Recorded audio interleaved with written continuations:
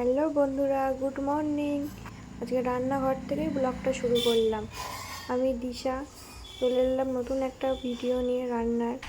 তোমরা স্কিপ না করে পুরো ভিডিওটা দেখতে থাকো, আশা করি তোমাদের খুব ভালো লাগবে। এই দেখো, সব কিছু কেটে কুটে রেডি করা হয়ে গেছে। দেখো, তেল গরম করে কিন্তু আমি আলু কটাও দিয়ে দিয়েছি। আলু কটা লাল লাল করে ভেজে তুলে নেবো। এই দেখো, আমার আলু ভাজা হয়ে গেছে। তেলেতে তেজপাতা, গোটা গরম মশলা আর সব কটা কাঁচা পেঁয়াজ দিয়ে দেবো, দিয়ে ভালো করে লাল লাল করে ভেজে নেবো।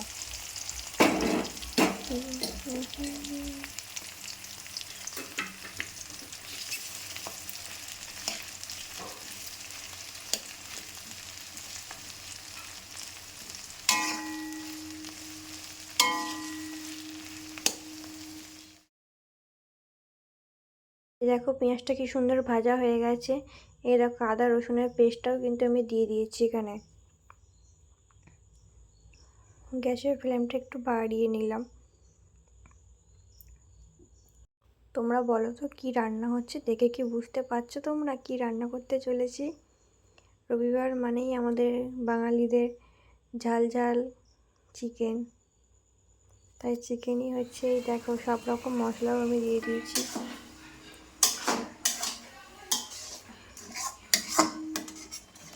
মশলাটাকে একটু ভালো করে কষিয়ে নেবো, যতক্ষণ তেল না ছাড়বে ততক্ষণ কষিয়ে যাব হালকা ফ্লেমে। দেখতে থাকো তোমরা। চলো, রান্না করতে করতে একটা রিলস বানানো যাক। এই স্নেহা, বলছি আজকে একটু কাশ্মীরি আলুর দম করবা, লুচি দিয়ে খাবো। তাহলে জামা প্যান্ট গুছিয়ে নি। কেন, লুচির সঙ্গে জামা প্যান্ট গুছানো কি সম্পর্ক? ও মা, তা কাশ্মীরি আলুর দম খাবা, তা কাশ্মীরে যেতে হবে না?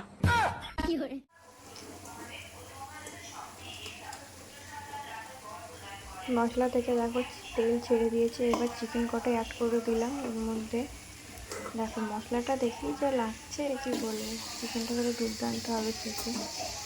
ঠিক আছে, পুরো ভিডিওটা দেখতে দেখতে আশা করি ভালো লাগছে তোমাদের।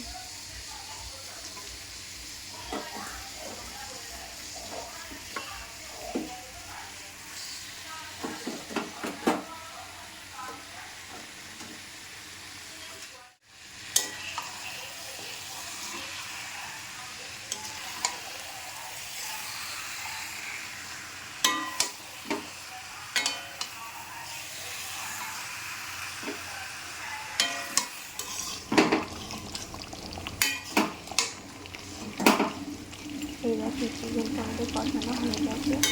আমি, মা আর আমার হাজব্যান্ড কিছুটা কষাও খেয়ে নিয়েছি।